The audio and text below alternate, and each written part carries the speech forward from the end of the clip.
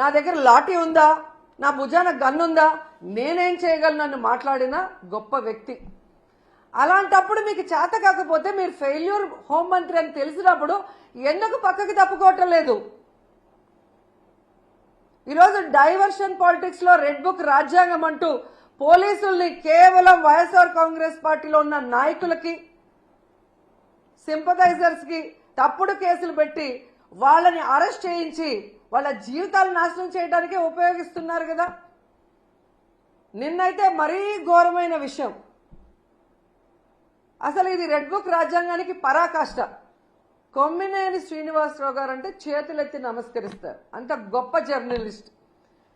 70 ఏళ్ల వయసులో ఆయన మీద ఎస్సీ ఎస్టీ తప్పుడు కేసు పెట్టి ఈరోజు హైదరాబాద్ నుంచి ఎలా మీరు తీసుకొచ్చారో ఈ రాష్ట్ర ప్రజలందరూ కూడా గమనిస్తున్నారు.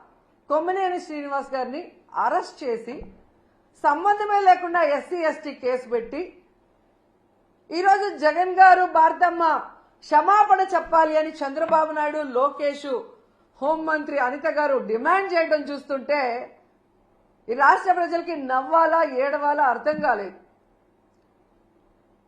ఈరోజు నేను సూటిగా ప్రశ్నిస్తున్నా చంద్రబాబు నాయుడు గారిని, అనిత గారిని, లోకేష్ గారిని. క్షమాపణ అంటూ చెప్పాల్సి వస్తే అది మొదట ఎవరు చెప్పాలో తెలుసా? కోడలు మగబిడ్డని కంటే అత్త సంతోషించదని ఆడవాళ్ల పుట్టుకనే అవమానించిన చంద్రబాబు నాయుడు ముందు క్షమాపణ చెప్పాలి.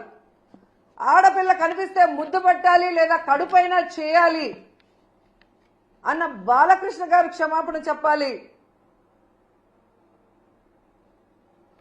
అలాగే మీరు చూస్తే జగనన్న తన కూతుర్లు చూడడానికి లండన్కి వెళ్ళినప్పుడు ఆయన గురించి నీచంగా మాట్లాడిన లోకేష్ క్షమాపణ చెప్పాలి.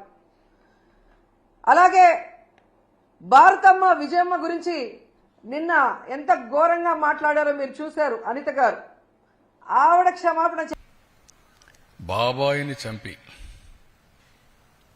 ఆనాటి ముఖ్యమంత్రి నేనే, నా చేతిలో కత్తి పెట్టే ధైర్యం వచ్చిందంటే నేరస్తులకి, కెన్ యూ ఇమాజిన్? దాన్ని నమ్మించడానికి సాక్షి, పేపరు, టీవీ పెట్టుకొని పదే నమ్మించి సానుభూతి సంపాదించినది కూడా చూశారు కదా మీరు. Are the fit in politics? ఏంటి మన తెనాలి? ఎవరు వాడు? Rowdy sheeter. ఎవరు వాడు? గంజాయి బ్యాచ్. వెళ్తావా? మీరు వెళ్తారా? ఎన్ని గుండెలుండాలి మీకు? ప్రజలు మీకు సపోర్ట్ చేయాలన్నా. ఇంకొక పక్క నిన్న పొగాకు. ఏంటి నీ పని? పొగాకుకు నేను చెప్పాను, ఎవరిచ్చారండి? 12,000 రూపాయలు క్వింటాల్కిచ్చి కొనిస్తున్నాం. మా దగ్గర ఎక్స్పర్టైజ్ లేదు, గోడౌన్స్ కూడా లేవు, రైతులు ఇబ్బందుల్లో ఉన్నారు. ఎంతైనా పర్వాలేదు, నష్టం వచ్చినా పర్వాలేదు, కొనాలను కొంటున్నాం. కొంటే మీ బాధ్యత ఏంటి? ఎప్పుడన్నా చేశారా మీరు? బాధ్యత లేకుండా పోయి ఒక 15,000 మందిని ఎసకపోయి ఇక్కడ ఏం చేశారు?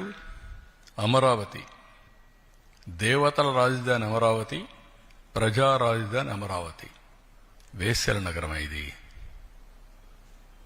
ఎంత కొవ్వెక్కుందండి మీకు? ఇంకా సమర్థించుకుంటారా మీరు? మీరు అడిగిన క్వశ్చన్ చెప్తున్నా, కెన్ యూ ఆన్సర్?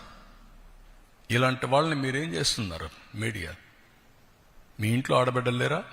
మీకు తల్లి లేదా? కూతుర్లు లేరా? మీ భార్యలు లేరా? What are you talking?